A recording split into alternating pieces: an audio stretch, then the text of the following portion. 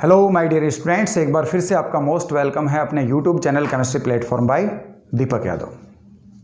प्यारे बच्चों, सबसे पहले आपको 74वें स्वतंत्रता दिवस की हार्दिक शुभकामनाएं। Happy independence day. प्यारे बच्चों, इस टाइम पीरियड में जब सभी स्कूल्स बंद हैं तो बच्चों के सामने सबसे बड़ा चैलेंज ये है कि अपने रूटीन को कैसे मैनेज रखें, कैसे मैनेज करें रूटीन को, और क्या सबसे बेस्ट रूटीन रहेगा, ये सबसे बड़ा चैलेंज है।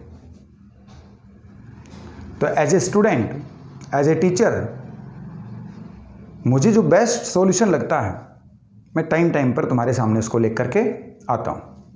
जैसा कि तुम जानते हो, अपना ये जो चैनल है ये केमिस्ट्री सब्जेक्ट से रिलेटेड है और बच्चों को मोटिवेशन देने से रिलेटेड है।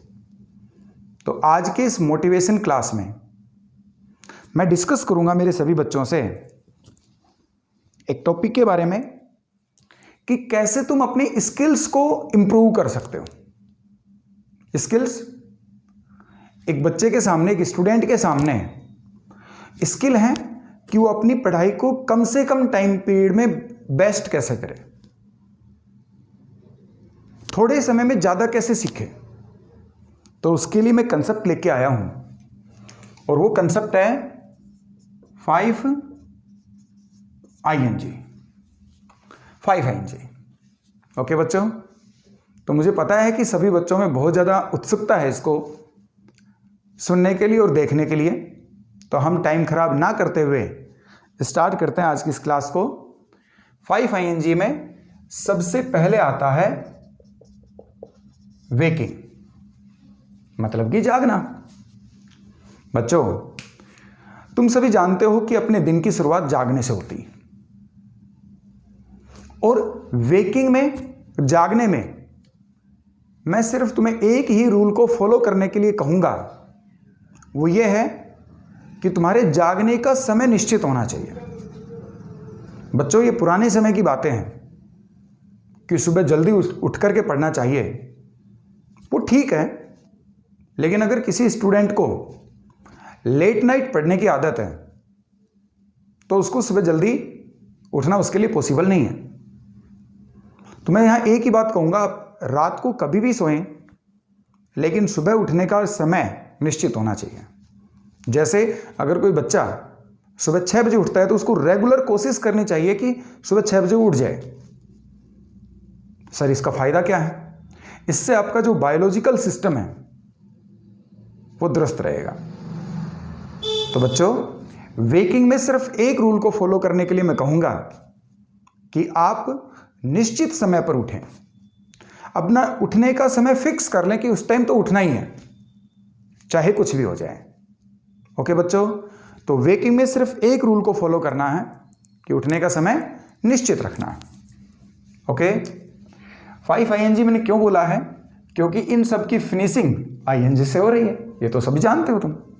ओके, जैसे देखते जाओगे आगे। Second, walking. बच्चों, रनिंग नहीं करनी है तुम यहां पे, तुम्हें यहां पर वॉकिंग करनी है, वॉक करना है। बच्चों, इसको एज ए एक्सरसाइज लेना है। तुम जिम में जाकर के तुम्हें एक्सरसाइज करने की जरूरत नहीं है।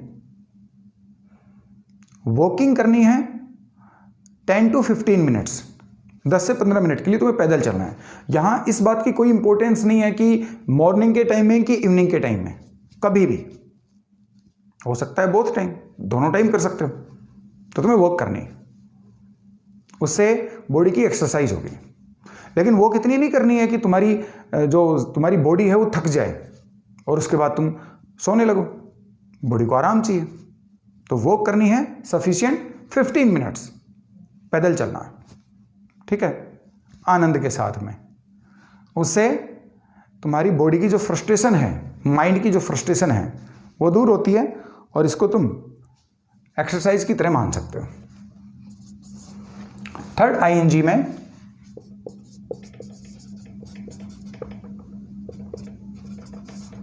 ब्रीदिंग। प्यारे बच्चों, ब्रीदिंग का बड़ा इंपॉर्टेंट रोल है।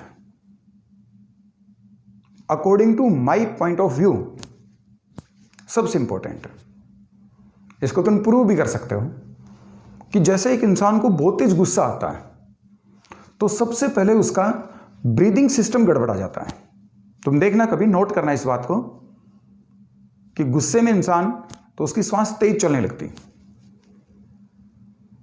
प्यारे बच्चों, बहुत से स्टूडेंट के सामने समस्या रहती है कि पढ़ाई करते टाइम डिस्ट्रैक्शन बहुत ज़्यादा चलता है, माइंड में थॉट्स चलते हैं। तो उनको कंट्रोल करने के लिए तुम्हें ब्रीदिंग सिस्टम के ऊपर काम करना पड़ेगा। वो कैसे? तो यहां पर तुम्हें डीप ब्रीदिंग करनी है। फिर मैं यही बात बोलूंगा, ये इंपॉर्टेंट नहीं है कि मॉर्निंग में करते हो कि इवनिंग में करते हो, डीप ब्रीदिंग करनी है, ठीक है, लेकिन खाली पेट करनी है। तो गहरा सांस लेना है और जितनी देर तुम उसको होल्ड कर सकते हो उतनी देर होल्ड करना है, और ये काम भी तुम्हें 10 to 15 मिनट करना है। ओके, तो डीप ब्रीदिंग और वॉकिंग, तुम चाहो तो इसको अल्टरनेट कर सकते हो कि कुछ दिन तुमने वॉकिंग कर लिया, उसके बाद ब्रीदिंग कर लिया। मैं तो यही कहूंगा कि अगर 15 मिनट और 15 मिनट्स के लिए अगर तुम इसको दोनों को रेगुलर कर सकते हो तो बेस्ट है। या मॉर्निंग में तुमने वॉकिंग किया है तो इवनिंग में तुमने ब्रीदिंग कर लिया है, या फिर मॉर्निंग में ब्रीदिंग किया है तो इवनिंग में वॉकिंग कर लिया है। लेकिन प्यारे बच्चों, ये विश्वास करो मेरा कि अगर तुम इसको रेगुलर करते हो तो इसके बेनिफिट्स तुम्हें दिखने लगेंगे। तो breathing, deep breathing 10 to 15 minutes regular करना, होल्ड करना है श्वास को। सर इसका फायदा क्या है? फायदा यह है कि माइंड में जो थॉट्स चलते हैं अनावश्यक, वो सब धीरे धीरे धीरे धीरे खत्म होने लगते हैं, रुक जाते हैं। ओके, नंबर 4 वो है ईटिंग, खाना। एक स्टूडेंट की लाइफ में खाने का बड़ा इंपॉर्टेंट रोल है। कई बच्चे सोच रहे होंगे सर क्या खाना है, क्या स्टूडेंट कुछ अलग से खाते हैं, या जो मेरिटोरियस स्टूडेंट है वो कुछ अलग से खाते हैं? ऐसा नहीं। ईटिंग में आपको दिन में छोटे छोटे मील लेने हैं, या अभी तक जो आप खा रहे हो 2 टाइम या 3 टाइम, उसको बढ़ा करके 4 से 5 टाइम करना है। मतलब आपको कभी भी भरपेट खाना नहीं खाना है।